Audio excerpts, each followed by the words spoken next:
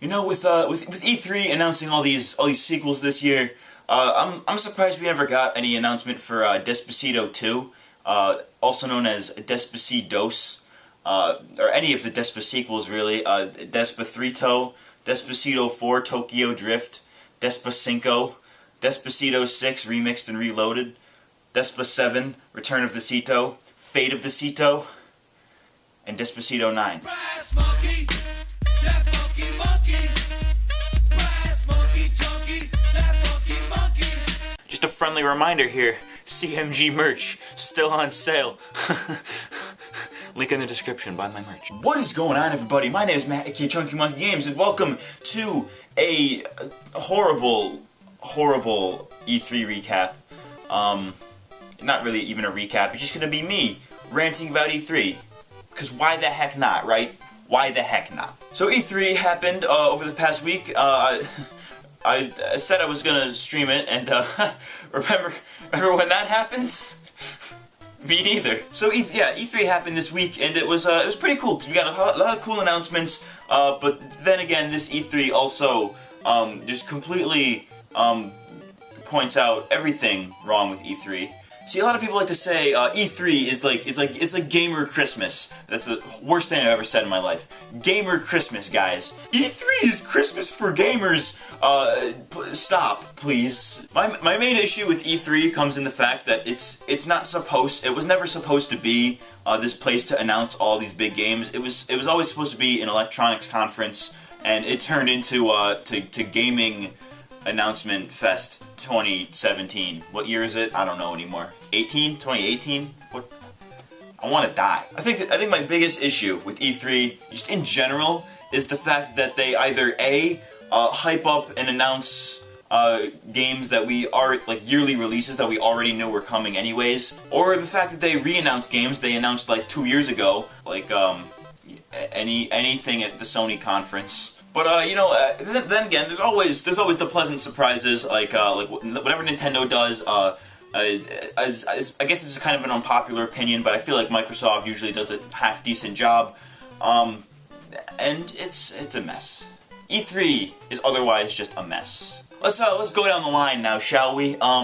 So first things first, we had I don't even know what day it was. Friday, Saturday, I don't know. Whatever. The first one we had was EA with their EA Play, as they always do. And I could not care less. I think that the only main conference I didn't even watch because I don't care about anything EA has to offer. Oh boy, we got some Battlefield 5, some FIFA 19. Who cares about none of that? I don't care about none of that. Get out of here. I missed this one in the EA section, so I'm recording this later. But EA, they are hyping up. Everybody is hyping up Anthem like it's the second coming of Jesus Christ. And can we not? We all know that's just Destiny with mech suits. That's all that is. Alright, let's calm down.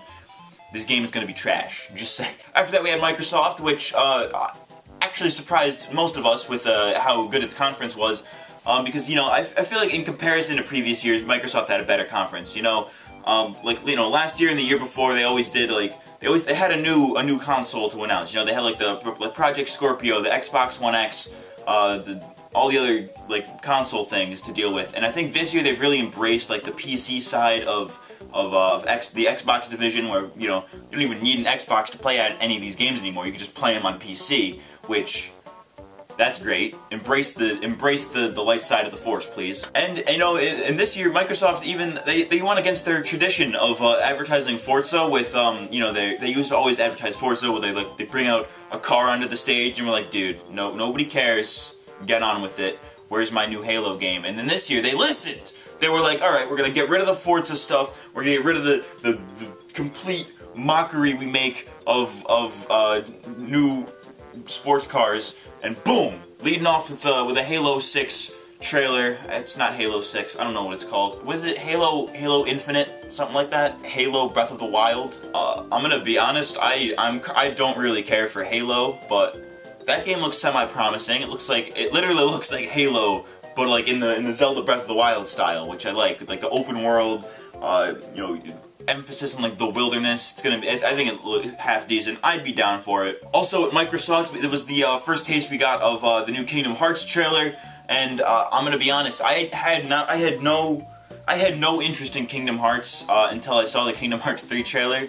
That was... I think I'm a Kingdom Hearts fan now. I've never played a Kingdom Hearts game in my life, but I think I want to get into it. Maybe I'll stream it one of these days. In the coming weeks, I'll pick up 1 and 2 and play them on stream or something. I don't know. Sounds decent. I don't know. Crackdown 3 is another example of games they've already announced, but are announcing again because it's still coming, guys. It's coming. It's on the way. Words cannot describe how excited I am for Ori and the Will of the Wisps. About a few months ago, I played through the first Ori game, Ori and the Blind Forest, and I really enjoyed it. Some quality platforming action right there. Awesome soundtrack, beautiful aesthetic. Good game. Go buy Ori and the Blind Forest if you haven't already. And when Ori and the Will of Wisps comes out in 2019, you best be getting it, because y'all know I be getting it. We also got a trailer for Devil May Cry 5. I've never played a Devil May Cry game in my life. All I know about this series is the little meme where they put the little thing in the corner featuring Dante from the Devil May Cry series. That's all I know about that series. I don't. All I know is Ralph the Movie Maker's in it. It's pretty lit. In Weeaboo news, we got a trailer for Jump Force, which is like a big anime crossover fighting game. You got your Naruto's, you got your One Piece, you got your Goku's. It's called Jump Force. It's insinuating that it's going to be a bunch of Shonen Jump series, but if My Hero Academia is not in it, I'm going to be a little bit salty. I have a very strong feeling that none of it, no My Hero Academia stuff's going to be in there because they got their own fighting game coming out. So I don't know, but let me have Goku and Deku throw hands, please. I just want to see that. Can we see that, please? Everybody at the Microsoft conference got absolutely jebaited at the Gears of War announcement. They're like, oh, it's gonna be Gears 5, guys. Oh no, it's Gears of War with Funko Pops. Oh, that's great. New game. Oh, they're announcing a real game. Oh, it's an RTS on PC. Okay, no, just kidding. Here's the real game. Sweet baby Jesus in a manger on the moon. Battletoads are back. Everybody seems to be excited for Cyberpunk 2077, and that looks like a game. CD Projekt Red is making it, I guess. So I mean, that's a plus side. They made the Witcher games, I guess. That's they have their medieval looking thing, and then they got their future thing, kind of like Bethesda does. Good transition. Let me tell you a little something about Bethesda real quick, right? Bethesda, they don't even have their own console on the market. They're not even technically one of the big three, if you will, but they somehow did better than Sony, and I am absolutely baffled at how this is even possible. What? So Bethesda announced a whole bunch of new games, and I'm honestly surprised. I'm actually excited for a decent amount of them. We got Rage 2. I never played the first one, so I don't particularly care.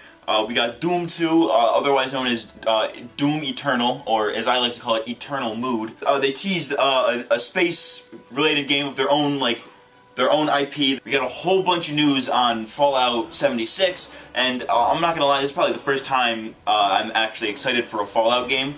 I got Fallout 4 as a gift by complete coincidence. It was coming out at the time, and I'm like, oh, I got it as a gift, so I'm like, all right, I might as well play it, and it was alright, I guess. I bought Fallout New Vegas on the Steam sale 2 years ago and haven't played it, but I think this is the first time I'm actually excited for a Fallout game, and that's saying something. They also announced some mobile games. So we have Elder Scrolls Blades on the iPhones. You can play Elder Scrolls on your phone. You can it's pretty chill, I guess. I don't know. Everybody and their mother is just up in arms about the teaser for Elder Scrolls 6, which, come on guys, did you really not think that was in development? Did you really think they were like, nah, I ain't developing this? No. Obviously Bethesda knows Elder Scrolls is one of the most successful franchises. They're not gonna just stop it at Skyrim and release Skyrim on the Alexa, the Apple iHome. I don't know what any of these things are called. I don't know anything anymore, okay? I quit. I will say though, personal takeaway from the Bethesda conference is Todd Howard calling everybody degenerates. Todd Howard, the memes are true. You are officially a god in my eyes. I will die for you or kill others. So on to the two-time E3 meme champions, Ubisoft.